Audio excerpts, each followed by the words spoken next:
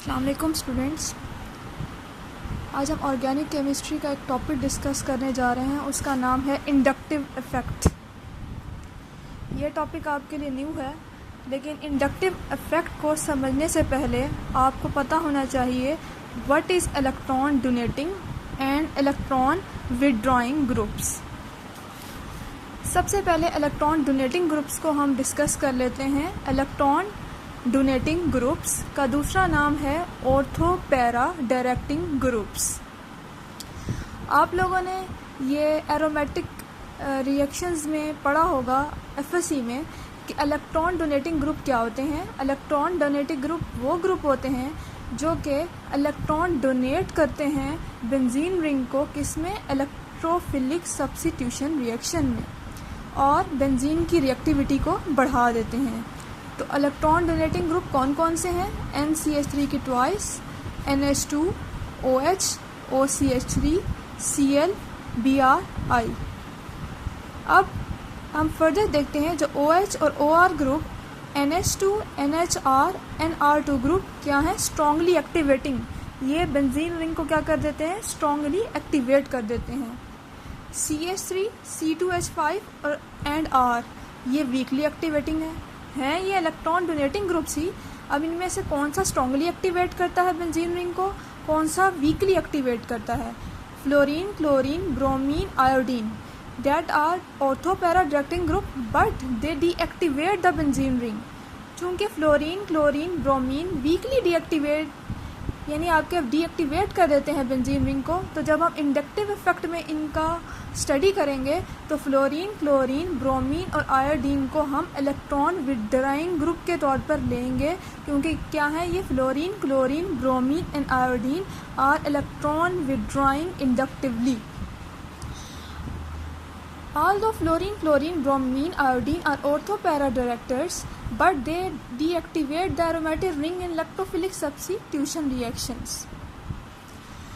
Next आ गया electron withdrawing groups और Meta directing groups.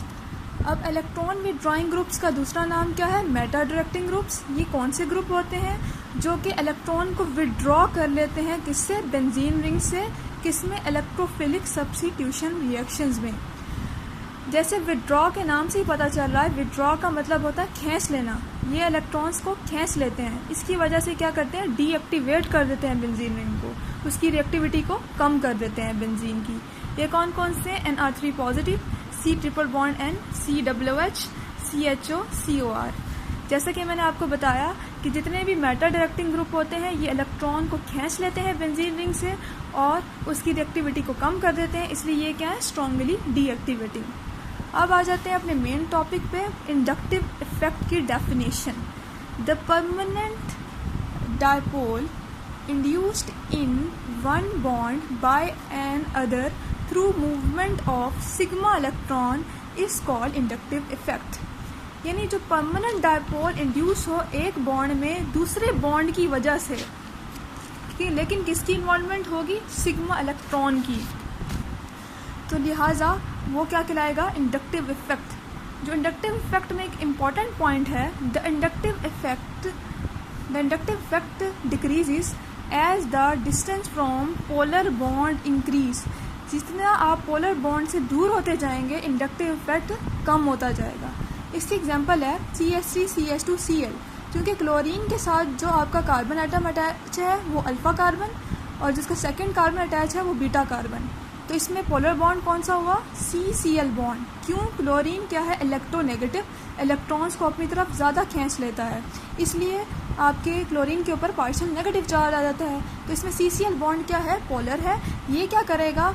Induce करेगा डायपोल, किसमें?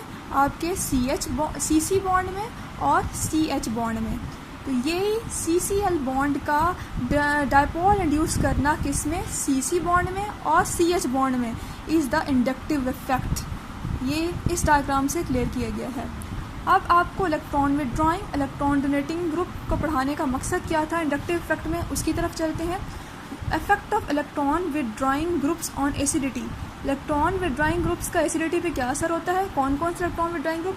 जैसे कि एग्जाम्पल में है fluorine, chlorine, bromine and iodine. जब भी इलेक्ट्रॉन विथड्रॉइंग ग्रुप आपके किसी भी एटम के साथ अटैच होगा तो वह इंडक्टिवली क्या करेगा, उसकी एसिडिटी को बढ़ा देगा और उसका इंडक्टिव इफेक्ट क्या होगा, negative inductive effect. Electron withdrawing group हमेशा एसिडिटी को बढ़ा देता है। और इलेक्ट्रॉन डोनेटिंग ग्रुप का एसिडिटी पे क्या असर होगा, जैसे कि आपके पास कोई भी अल्काइल ग्रुप है, ये क्या है, एसिडिटी को हमेशा कम कर देगा। और इंडक्टिव इफेक्ट क्या होगा, पॉजिटिव इंडक्टिव इफेक्ट। अब इसकी हम कुछ चंद एक एग्जांपल ले लेते हैं। Chloroacetic acid is about 100 times strong acid than acetic acid. Chloroacetic acid की निस्बत 100 गुना ज़्यादा स्ट्रॉन्ग है। ये इसका स्ट्रक्चर दिया हुआ है, chloroacetic acid and acetic acid. Now we will discuss first chloroacetic acid. As we know that CCl bond is polar. CCl bond क्या करेगा, चार्ज सेपरेशन क्रिएट करेगा, क्योंकि क्लोरीन क्या है, इलेक्ट्रोनेगेटिव। जो क्योंकि चार्ज सेपरेशन क्रिएट हो जाएगी तो वो किसको पोलराइज कर देगा, COH बॉन्ड को। और इलेक्ट्रॉन डेंसिटी जो है वो हाइड्रोक्सिलिक ऑक्सीजन पे कम हो जाएगी। हाइड्रोक्सिलिक ऑक्सीजन कौन सा है, ये वाला OH ग्रुप के साथ। OH ग्रुप में जो हाइड्रोक्सिलिक यानी ये वाला जो ऑक्सीजन है, इसकी इलेक्ट्रॉन डेंसिटी क्या हो जाएगी, कम हो जाएगी। लेकिन एसिटिक एसिड में चूंकि कोई भी ऐसा इलेक्ट्रॉन विड्रॉइंग ग्रुप अटैच नहीं है, तो इसलिए तो एसिटिक एसिड क्या है, वीक एसिड है। जहाँ पर भी इलेक्ट्रॉन विड्रॉइंग ग्रुप अटैच हो जाएगा, जैसे क्लोरोएसिटिक एसिड में क्लोरीन है, वो इसकी एसिडिटी को बढ़ा देगा। एसिडिटी को जब कैसे बढ़ाएगा, चार्ज सेपरेशन क्रिएट करेगा, उसके जो एडजेसेंट बॉन्ड है उसको पोलराइज करेगा, और जो उसके साथ दूसरा इलेक्ट्रोनेगेटिव एटम अटैच है उसकी डेंसिटी को कम कर देगा। सेकेंड रीज़न क्या है, जो क्लोरो आपके पास एसीटेट आयन है, नेगेटिव आयन है, उसका नेगेटिव चार्ज क्या है, लेस डेंस है देन एसीटेट आयन। इसकी वजह क्या है, नेगेटिव चार्ज लेस डेंस है, क्योंकि क्लोरो एसीटेट में क्लोरीन भी इलेक्ट्रोनेगेटिव है और एनाइन का में ऑक्सीजन का भी नेगेटिव है। तो जो इलेक्ट्रोनेगेटिव एटम है वो क्या करता है, अपनी तरफ इलेक्ट्रॉन को ज़्यादा खींचता है, तो जो एनाइन का नेगेटिव चार्ज क्रिएट होगा वो लेस डेंस होगा। यही वजह है कि क्लोरो एसिटिक एसिड आसानी के साथ इलेक्ट्रॉन को लूज कर लेगा एसिटिक एसिड की निस्बत। अब इसकी पीके वैल्यू भी दी हुई है। एसिटिक एसिड की है 4.76 और क्लोरो एसिटिक एसिड की क्या है 2.86। नेक्स्ट है 3-क्लोरोप्रोपेनोइक एसिड, स्ट्रक्चर भी दिया हुआ है, is a weaker acid than chloro acetic acid. कि 3-क्लोरोप्रोपेनोइक एसिड जो है वो क्लोरो एसिटिक एसिड की निस्बत क्या है, वीक एसिड है। इसकी वजह ये है, जो शुरू में मैंने पढ़ाया कि इम्पॉर्टेंट पॉइंट, कि इंडक्टिव इफेक्ट कम होता जाता है जैसा कि डिस्टेंस जो है वो परमानेंट पोलर बॉन्ड से बढ़ता जाएगा।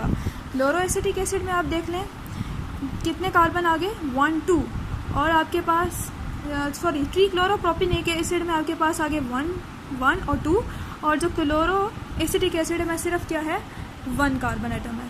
तो जब आपके पास 3-क्लोरोप्रोपेनोइक एसिड में चूंकि 2 कार्बन एटम आ गए, डिस्टेंस 2 कार्बन एटम आगे, डिस्टेंस बढ़ गया, इसलिए 3-क्लोरोप्रोपेनोइक एसिड क्या है, वीक एसिड है क्लोरो एसिटिक एसिड की निस्बत। इसी तरह फ्लोरो एसिटिक एसिड भी क्या है, स्ट्रॉन्ग एसिड है क्लोरो एसिटिक एसिड की निस्बत। इसकी वजह क्या है, फ्लोरीन ज़्यादा इलेक्ट्रोनेगेटिव है क्लोरीन की निस्बत। अब इसके बाद सेकंड आ जाता है acetic acid is 10 time weak acid than formic acid.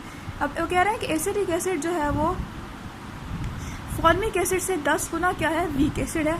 इसकी वजह क्या है, जो आपका फॉर्मिक एसिड है इसमें हाइड्रोजन एटम अटैच है, और आपके पास क्या है, एसिटिक एसिड में क्या है, आपके पास मिथाइल ग्रुप अटैच है। जैसा कि मैंने आपको शुरू में पढ़ाया, जो इलेक्ट्रॉन डोनेटिंग ग्रुप है वो एसिडिटी को क्या कर देते हैं, कम कर देते हैं। क्योंकि एसिटिक एसिड में इलेक्ट्रॉन डोनेटिंग ग्रुप अटैच हैं तो इसकी एसिडिटी को कम कर दिया, इसलिए ये वीक एसिड है। फॉर्मिक एसिड में चूंकि इलेक्ट्रॉन डोनेटिंग ग्रुप अटैच नहीं है, इसलिए ये स्ट्रॉन्ग एसिड है।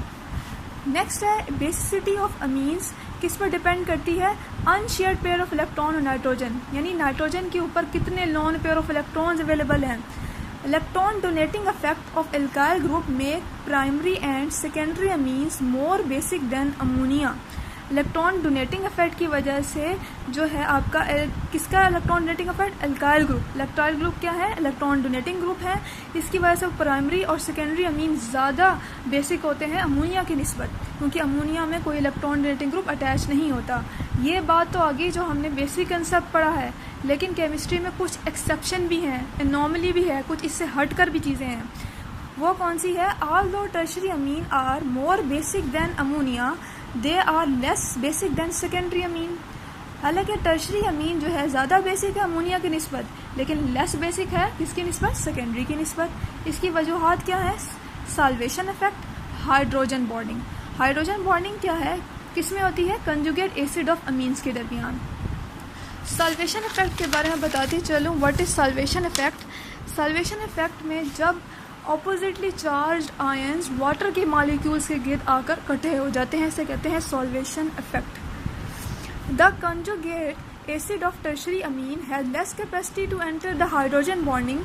Moreover, the third alkyl group increase the inductive effect always mark the solvation tendency in the tertiary amine. एक तो जो कंजुगेट एसिड होगा टर्शियरी अमीन का, उसकी लेस एबिलिटी है कि वो हाइड्रोजन बॉन्डिंग बना सके। सेकंड क्या है, चूंकि टर्शियरी अमीन में अल्काइल ग्रुप की तादाद बढ़ जाएगी। अल्काइल ग्रुप क्या है? Electron donating group. जब अल्काइल ग्रुप की तादाद बढ़ जाएगी तो उसमें सॉल्वेशन इफेक्ट का होना क्या हो जाएगा? तकरीबन नामुमकिन हो जाएगा। तो ये एनॉमली थी कि टर्शियरी अमीन जो है ज़्यादा बेसिक है अमोनिया की निस्बत, लेकिन लेस बेसिक है सेकेंडरी की निस्बत। अब आ गया next, difference between field effect and inductive effect. Field effect हमेशा सॉल्वेंट के थ्रू होता है या किसी भी स्पेस में होता है, और फील्ड इफेक्ट्स डिपेंड करता है ज्योमेट्री ऑफ मॉलिक्यूल पर, यानी उसकी शेप पर, मॉलिक्यूल की शेप पर डिपेंड करता है। लेकिन इंडक्टिव इफेक्ट जैसे कि मैंने शुरू में बताया, ये ऑपरेट करता है सिग्मा बॉन्ड के थ्रू। जब तक इंडक्टिव इफेक्ट की डेफिनेशन में आप सिग्मा बॉन्ड का लफ्ज़ नहीं लिखेंगे तो वो डेफिनेशन पूरी नहीं होगी, और ये डिपेंड करती है किस पे? नेचर ऑफ बॉन्ड पे। अब strength of electron withdrawing groups कुछ दिया हुए हैं। NO2 R3N पॉजिटिव की स्ट्रेंथ ज़्यादा है NH3 की निस्बत, CN की निस्बत, CWH की निस्बत, F की निस्बत, Cl Bri की निस्बत। RO की स्ट्रेंथ ज़्यादा है SH की निस्बत, फिर RS, then OH, C double bond C R, AR, CH2 double bond CR2। इसी तरह इलेक्ट्रॉन डोनेटिंग ग्रुप की सबसे पहले हाईएस्ट है स्ट्रेंथ R3C की, R2CH की, RCH2 की और CH3 की। ये आपसे MCQs में और शॉर्ट क्वेश्चन में पूछ सकते हैं स्ट्रेंथ, तो इसलिए बताई।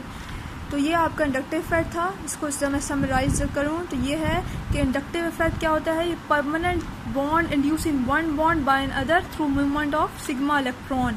और इंडक्टिव इफेक्ट में एसिडिटी किस पर डिपेंड करती है? इलेक्ट्रॉन विड्रॉइंग और इलेक्ट्रॉन डोनेटिंग ग्रुप की तरफ। इलेक्ट्रॉन विड्रॉइंग ग्रुप जहाँ पर भी अटैच होगा वो एसिडिटी को बढ़ा देगा और उसका नेगेटिव इंडक्टिव इफेक्ट होगा। इलेक्ट्रॉन डोनेटिंग ग्रुप जहाँ पर भी अटैच होगा वो उसकी एसिडिटी को डिक्रीज कर देगा, पॉजिटिव इंडक्टिव इफेक्ट। जो इलेक्ट्रॉन विड्रॉइंग ग्रुप जो मोस्टली हम इंडक्टिव इफेक्ट में डिस्कस करते हैं वो हैं fluorine, chlorine, bromine and iodine. और इलेक्ट्रॉन डोनेटिंग ग्रुप जो मोस्टली डिस्कस करते हैं हम इंडक्टिव इफेक्ट में वो अल्काइल ग्रुप होते हैं।